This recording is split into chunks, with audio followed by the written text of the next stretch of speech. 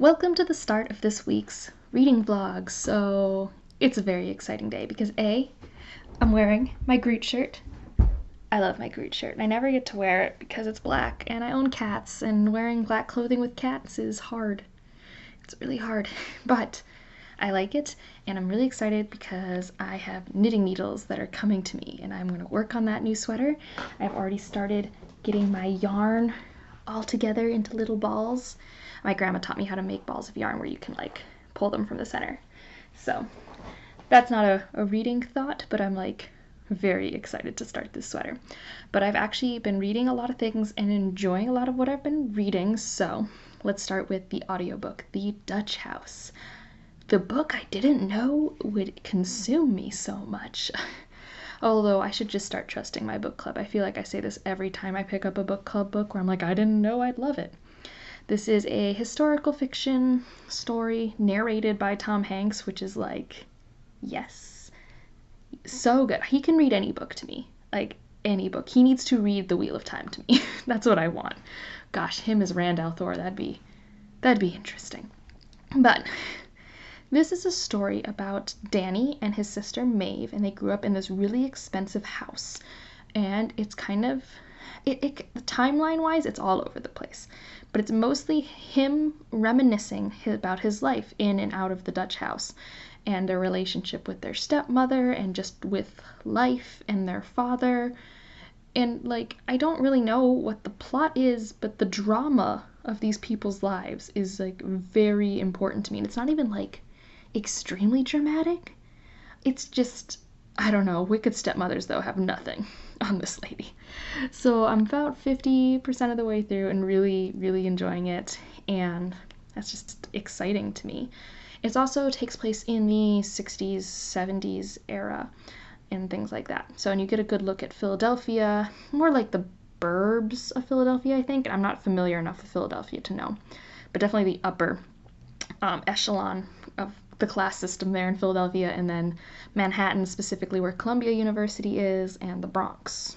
You get like views of this part of the United States, which, if you don't know, is like they're pretty close to each other, only a few hours apart. You can easily travel between the two if you want to deal with traffic. Like without traffic, they're really close.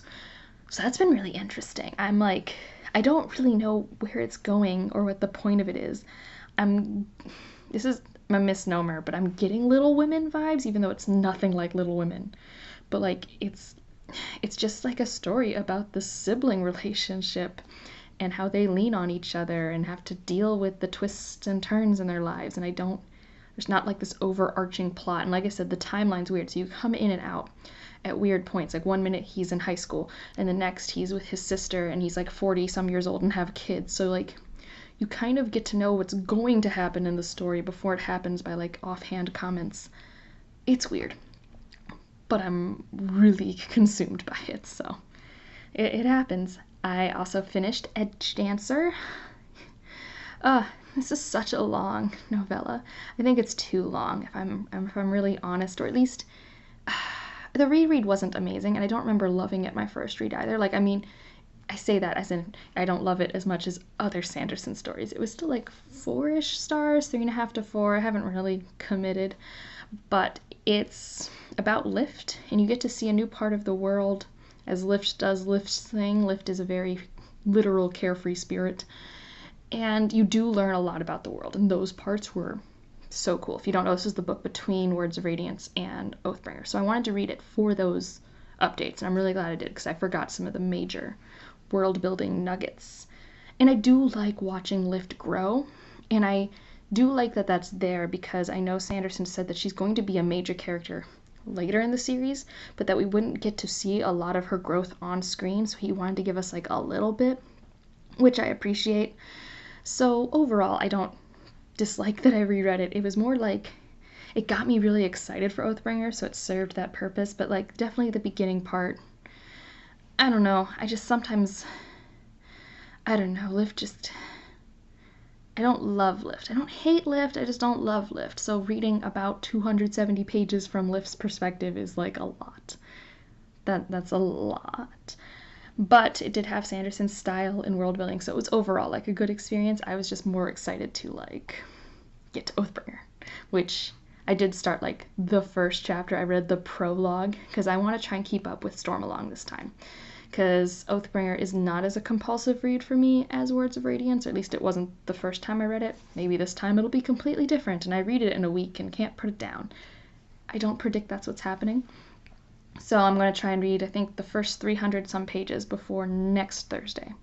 But in the meantime, I need to finish An Unkindness of Magicians for Sisterhood of the Traveling Books book club hosted by Yumi. I'll have the channel and the time linked down below. I think you can watch it after it happens. I have posted the link on the vlog you'll see before the live show, and I'm about that far through, so I will for sure finish it. It's also great because look at how much space is on the page and how few words there are, and it's like short and not super thick. I needed this after some of the tomes I've been consuming, and it's really interesting. I really like the world and magic and everything. I think that's my favorite part so far, so I'm going to start with that.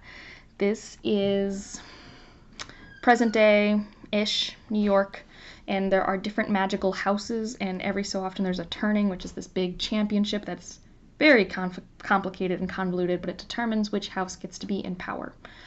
And we have our main character who's from the House of Shadows, I think, kind of incognito. She has a lot of cool magic.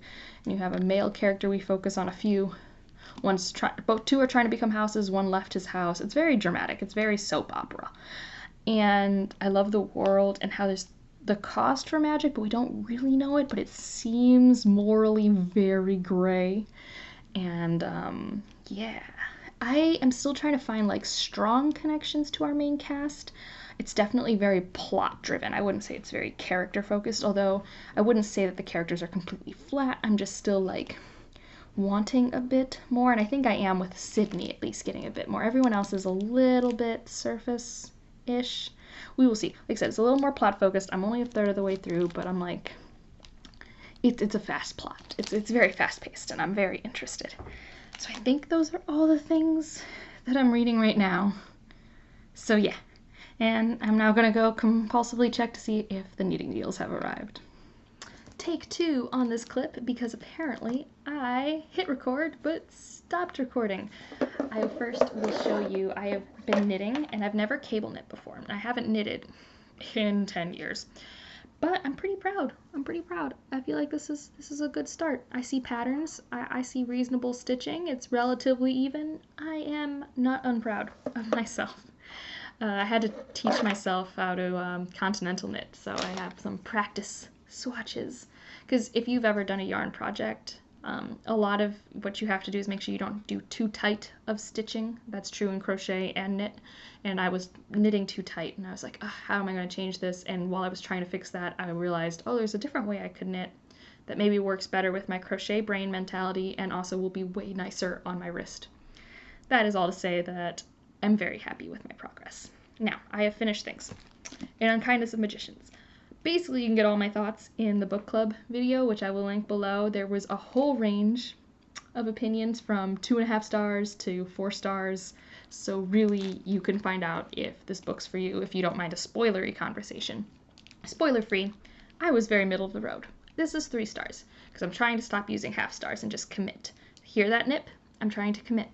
But this is a high 3 star, as in it was close to a 4, but where it fell short was a lot of plot, world building, and character stuff, just like enough that like it made it a good read. Like I had a good time. When I read fantasy, I'm reading for engagement, character investment, and fun world building magic stuff. And it had me engaged. I was really interested in it when I read it. It's very fast paced, lots happening. I would argue maybe almost too much. Like if you took out some of the side arcs and just focused on our main cast, you might have gotten more character development, because I never felt close to these characters. It was unfortunate. I really wanted to, but I didn't. And I just think that's because they don't get a lot of screen time. A lot of stuff can happen in a sentence with this author very quickly, which means sometimes you don't get to sit with it and experience things, especially in the latter half of the book. That's kind of some of the plot stuff. Like there are major plot moments that happen in like a little paragraph, which isn't bad. It's just, I wanted a little more. And that's where I was at. I just wanted a little more. I probably won't read the sequel just because I'm content. I liked the story. I'm not connected enough to any of the characters or the world to want more. Because I don't think I'll get answers. I don't think that's the goal. I think something that knocked it down for me is that this is trying to explore certain themes, and I just don't think it did it in a very. I just wanted it if they wanted to talk about these themes of classism and capitalism and things like that. It was very told and not shown, and I don't like that when I'm given themes. I guess like if that's it was definitely part of her agenda in this book. But I liked it, and I do think if you like V.E. Schwab, I do think you will like this book. I can see that. The prose style is very similar. So if you like V.E. Schwab, I think you should pick this up. If you are in a reading slump, I think you should pick this up. It is very good. 3 stars does not mean it's bad. It just means for me, it didn't hit all of the marks. So I finished that. I also finished The Dutch House, which is another story about rich people problems, but I liked it. I don't know if I'd like it as much if Tom Hanks wasn't narrating it. We'll never know, because he did, and he's fantastic. I do think it lost a little bit of steam near the end for me, but also I wasn't that upset about it. Like if it was like here, it maybe went to here. Like I enjoyed watching this life and hearing it from Danny's perspective. I'm interested to see what happens when we discuss it at book club tonight, because that's like a thing that's happening. It's just, yeah, I don't know how I feel about the ending. There's some stuff that happens at the end that is very interesting. And I feel like the character of Maeve is hard for me to unpack. So, like, she is both such a good caretaker, she's very smart, very logical, and she really likes these 2 girls that enter their lives. They're, step siblings. Stepdaughter, not daughters, step sisters. Stepsisters. That's the word. But at the same time, she has this need for vengeance, and that probably would have negatively affected these children, and I don't think she sees that connection.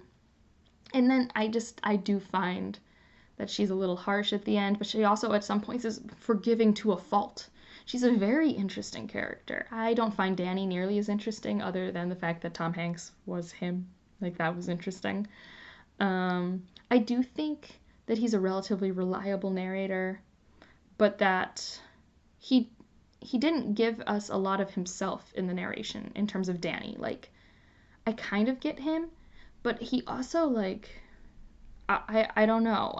I don't understand him, because I don't think he took that. He wanted to tell Maeve's story more than his own. So, yeah. And I get why the story ended the way it did, because it's called The Dutch House, so we kind of end related to the house. But I honestly, like, there was a thing I predicted would happen, and I was like, this is Maeve and Danny's story, so we should be more centered around Maeve and Danny's story, and that's not where we end, so that would have been, like, really nice. But I liked it. It was good. 4 stars. Like, I liked it. I also continued reading Once Upon an Eid. I think I read 2 more stories. One was extremely relatable with gifts. You know, when you're a kid, you want to find gifts, and then you learn as you grow older as a kid, at least this was the trajectory for me and this character, where it's like, oh, the gifts aren't like the super cool part anymore. Like, I still like my gifts. I want things that are free. But it's really fun when you get gifts for people in your family and you get to see them open it up and be like, oh my gosh, this is great. Like, I am horrible about spending money come like November. Like, I'm really good most of the year because I won't buy myself anything, but I want to buy everyone else around me everything. And that kind of was part of that story. And then what was the one before it? There was one called, I'm going to find it, Just Like Chest Armor. And this was a story about a young girl who wanted to wear her hijab. And her mom, she's 11, I believe, and her mom, like, wants to be supportive of this because it's their culture and things, and she loves that her daughter is excited about it, but she's nervous about her daughter going into the world wearing it and the connotations she'll take away from it. And that one was a bittersweet story. Like, it definitely ended sweet, but man, it's just always rough to see kids having to deal with insensitive people. I don't even want to say children, just like insensitive people. It happened to be a child in this case, but like, just always pulls at your heartstrings. And then for me, I do want children one day. I'm like really worried that my kid's gonna somehow become the bully and how I'm gonna handle that. Cause like, no. No. And the last thing I will talk about is Oathbringer by Brandon Sanderson. This book's so big. I'm like reading it in multiple ways. I'm reading it physically sometimes. I'm also reading it on the ebook. I also have the ebook on my phone, and I'm waiting for the audiobook from my library. I need all the ways to read this series. I actually am liking it though, although I think I liked part 1 last time too. I'm in part 1. And so I think it's like Way of Kings. This is like a setup to the next big thing, because Words of Radiance ends and we're like, okay, so now we're at this point. This big thing happened and now we're here. And this book's like, oh shit, well, now we're here. What do? So that involves a lot of planning, that involves a lot of investigating. Then there's more reveals. And I think because I do know the general trajectory of this book, I'm enjoying it a lot more on a reread. I think I was pretty like lukewarm for me for a Sanderson first time through. Like I gave it 4 stars and not 5, which like pre-booktube Angela, blasphemy. I think I even somehow figured out a way to rate the Reckoners higher than I should have back then. Like, and so yeah, but I'm enjoying it. I'm only 200 some pages in. Only. I am this far in, which means nothing. It means nothing. But I'm having a really good time. That's all that matters. And I plan on listening to the audiobook while making things out of yarn. So I'm having a good time. Life's pretty fun over here. So yeah, that's this weekly update. Let me know what you've been reading. Are you also reading Stormlight?